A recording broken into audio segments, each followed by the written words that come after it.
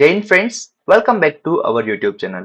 Friends, आज के इस वीडियो के अंदर एक काफी इंपॉर्टेंट टॉपिक हम लोग देखेंगे और टॉपिक है estimation of hardness by EDTA method. इसी को फ्रेंड्स हम लोग कॉम्प्लेक्सोमेट्रिक टाइट्रेशन भी कहते हैं। ठीक है, तो इसके बारे में बिल्कुल बेसिक से मैं आपको बताऊंगा, तो इस वीडियो को एंड तक जरूर देखिए। काफी इंपॉर्टेंट है, एग्जाम में सीधे सीधे पूछा जाता है कि डिफाइन ईडीटीए मेथड्स, और फिर इसी के ऊपर हम लोग न्यूमेरिकल भी देखेंगे किस टाइप से हम लोग हार्डनेस को कैलकुलेट करेंगे। ठीक है, तो बिल्कुल बेसिक से मैं आपको बताऊंगा इसके अंदर सारे कि क्या थ्योरी है, क्या प्रिंसिपल है, कौन कौन से एपरेटस यहाँ पर हमको लगने वाले हैं, अगर एक्चुअली में हम लोग इसको लैब के अंदर परफॉर्म करेंगे देन फिर क्या प्रोसीजर होने वाला है, सारी बातें हम करेंगे।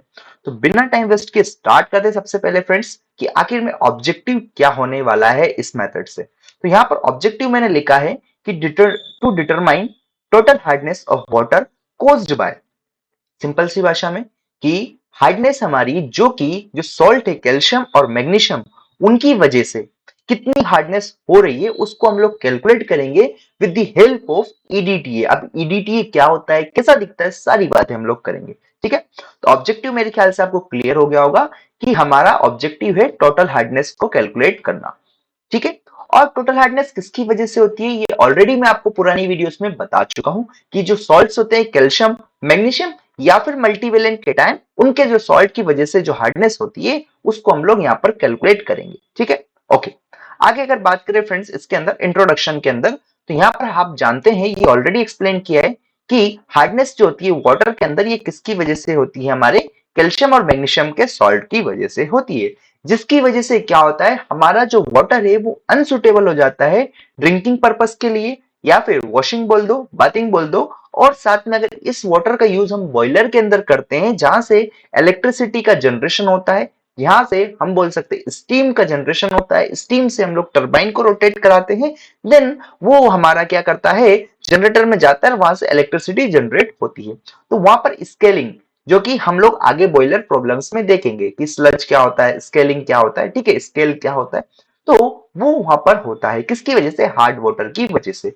तो इन सब रीजन की वजह से इसको रिमूव करना बहुत ज्यादा हमारे लिए जरूरी हो जाता है, या फिर मैं कहें इसको एस्टिमेट करना हमारे लिए बहुत जरूरी हो जाता है, क्योंकि जब हम इस हार्डनेस को कैलकुलेट कर पाएंगे देन उसके अकॉर्डिंग हम लोग सुटेबल मेथड जिससे कि इस हार्डनेस को निकाला जा सके, रिमूव किया जा सके, वो मेथड हम लोग चूज कर सकते हैं। ठीक है, तो यहाँ पर वही लिखा है कि मैं आपको बता देता हूं इंट्रोडक्शन में कि hardness in water is due to the presence of calcium and magnesium salt, clear है, which makes water unsuitable for drinking, washing and bathing as and causes scaling in the boilers. All right, so estimating hardness is important for water treatment and understanding its suitability for various application. Clear हुआ?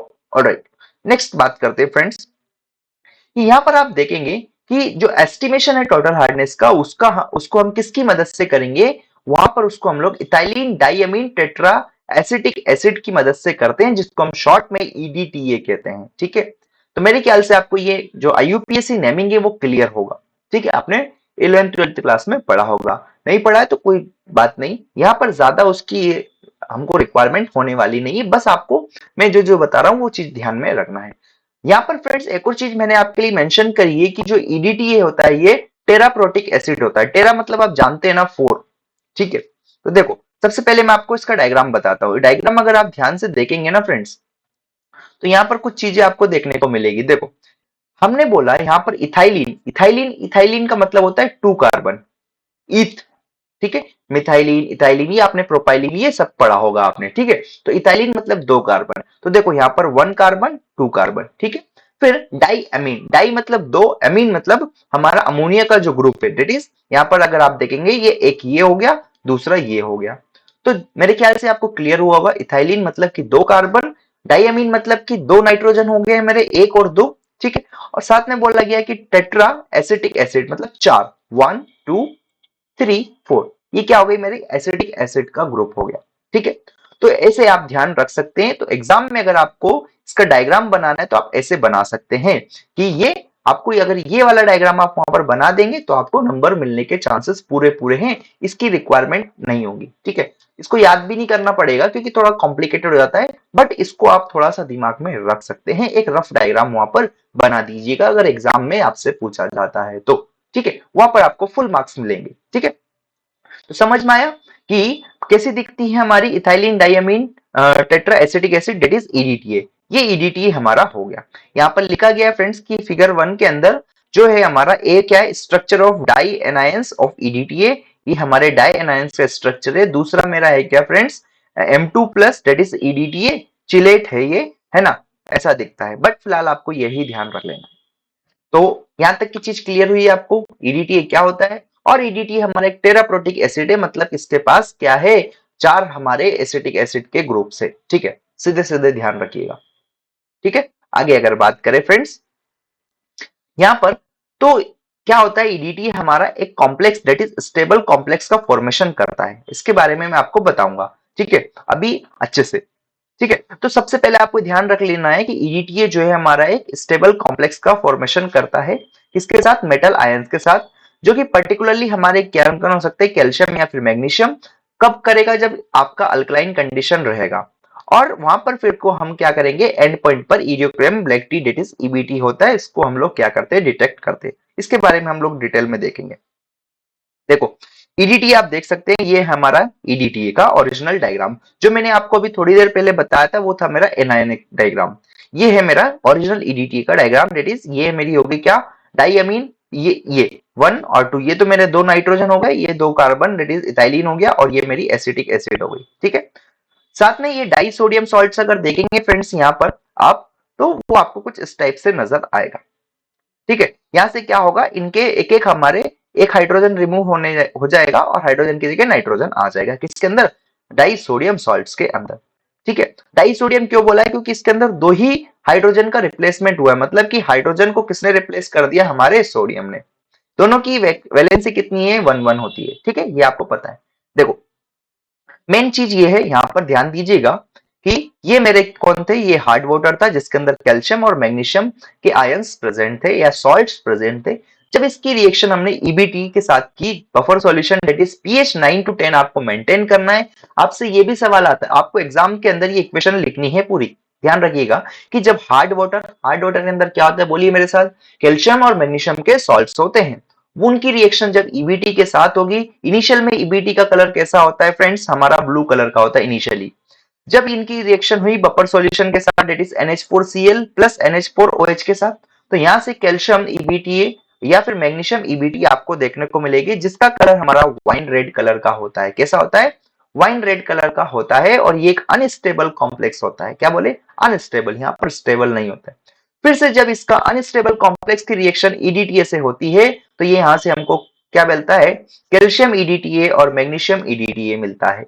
ठीक है, जैसे कि मैंने आपको थोड़ी देर पहले ही बताया था, ये डाइसोडियम सॉल्ट से ईडीटीए का, ऐसे ही यहाँ पर हमारे क्या कह सकते हैं, हम कैल्शियम ईडीटीए और मैग्नीशियम ईडीटीए देखने को मिलता है, जो कि एक कलरलेस होता है, साथ में स्टेबल कॉम्प्लेक्स होता है, आपको ये ध्यान में रखना है। और जो ईबीटी आपका रिलीज होगा उसका कलर ब्लू होता है, ये फाइनल कलर है ब्लू का। ठीक है, तो यहां से जो इंपॉर्टेंट बात जो आपको ध्यान में रखनी है, वो मैं आपके लिए नोट के फॉर्म में लिख कर लाया हूं। बट उससे पहले मैं आपको एक बार फिर से यहाँ पर बताता हूं कि हार्ड वाटर की रिएक्शन पहले आप ईबीटी के साथ कराएंगे, कैसे होता है, पूरा प्रोसीजर होता है, जो कि हम लोग आगे आपको एक्सप्लेन करेंगे। कि बीकर लिया, बीकर के अंदर अपने हार्ड वाटर लिया, उसके अंदर आप ईबीटीए सॉल्यूशन मिलाना। ठीक है, ईबीटीए सॉल्यूशन मिलाएंगे तो वहां पर रिएक्शन होगी, वाइन रेड कलर आपको देखने को मिलेगा। फिर उसके अंदर आपको ईडीटीए मिक्स करना है, ईडीटीए मिक्स करेंगे आप, तो एक colourless complex that is stable complex आपको देखने को मिलेगा। और जब स्टेबल कॉम्प्लेक्स बनेगा तो वहां से हमारा ईबीटी सेपरेट हो जाएगा, जिसका कलर कैसा रहेगा, ब्लू कलर का ये होता है। ठीक है, यहां तक चीजें क्लियर होनी चाहिए। यहाँ पर मैंने आपके लिए नोट पॉइंट लिखा है कि जब आपकी रिएक्शंस कंप्लीट हो जाती है, डेट इज टाइट्रेशन आपका कंप्लीट हो जाएगा, उस केस में आपको ध्यान में रखना है कि जब आपने टाइट्रेशन स्टार्ट किया था, तो उससे पहले जो ईबीटी मेटल कॉम्प्लेक्स है उसका कलर कैसा होता है, वाइन रेड होता है। एग्जाम्स में, इंटरव्यू में, वाइवा में, सब में ये क्वेश्चन पूछा जाता है। ठीक है, जब टाइट्रेशन खत्म होता है तो जो फ्री ईबीटी होता है उसका कलर कैसा होता है, ब्लू होता है। ठीक है, तो मेरे ख्याल से यहां से ये चीज क्लियर हो गई होगी आपकी कि ईबीटी का ओरिजिनल कलर कैसा होता है, बताइए मेरे साथ, वाइन रेड कलर का होता है। साथ में जब वो फाइनल आता है एंड पॉइंट, जब फ्री हमारा होता है, फ्री ईबीटी, उसका कलर होता है फ्रेंड्स कैसा, ब्लू कलर। ठीक है, क्लियर हो गया। तो ये इनिशियल कलर कैसा हो गया, इनिशियल कलर हमारा ऐसा कुछ देखने को मिलता है, डेट इज ईबीटीए मेटल कॉम्प्लेक्स का कलर वाइन रेड। फिर यहाँ पर अगर हम बात करें आगे कैसा कलर हो जाता है इसका, इसका कलर हमारा ये फाइनली देखने को मिलता है। नेक्स्ट अगर आगे बात करें फ्रेंड्स प्रिंसिपल, तो यहाँ पर ये चीजें मैंने लिखी है कि टोटल हार्डनेस किसकी वजह से होती है, कार्बोनेट्स या फिर हमारे सल्फेट्स की वजह से, bicarbonates of chlorides and sulphates of calcium magnesium, इनकी वजह से होती है। In presence of indicator EBT, wine red colored complex is formed between the metal ions and the indicator. फिर यहाँ पर बोला है कि जैसे जैसे आप उसके अंदर EDTA मिलाते जाएंगे वहां से एक स्टेबल कॉम्प्लेक्स देखने को मिलेगा। साथ में जब EBT आपका फ्री होता है तो उसका कलर कैसा होता है, ब्लू हो जाता है एट द एंड पॉइंट। ये सारी चीजें हमने आपको एक्सप्लेन करी है। आगे अगर बात करें फ्रेंड्स, तो यहाँ पर कौन कौन से मटेरियल्स की रिक्वायरमेंट होती है आपको ये मेथड को अगर लैब के अंदर करना है, परफॉर्म करना है। सारे मटेरियल्स जो भी है, मटेरियल्स मैं आपको बता देता हूँ। वाटर सैंपल चाहिए, डेट इज हार्ड वाटर का, ठीक है, पहली बात।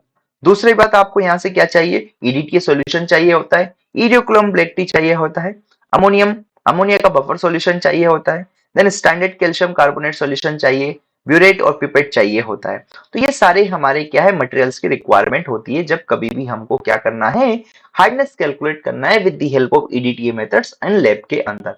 लेकिन हमारा काम अभी फिलहाल एग्जाम पॉइंट ऑफ व्यू से है, तो हमको क्वेश्चन सॉल्व करना आना चाहिए। तो उसी के लिए हम लोग अब आगे बात करेंगे फ्रेंड्स, इसके क्या क्या प्रोसीजर्स होने वाला है, ठीक है।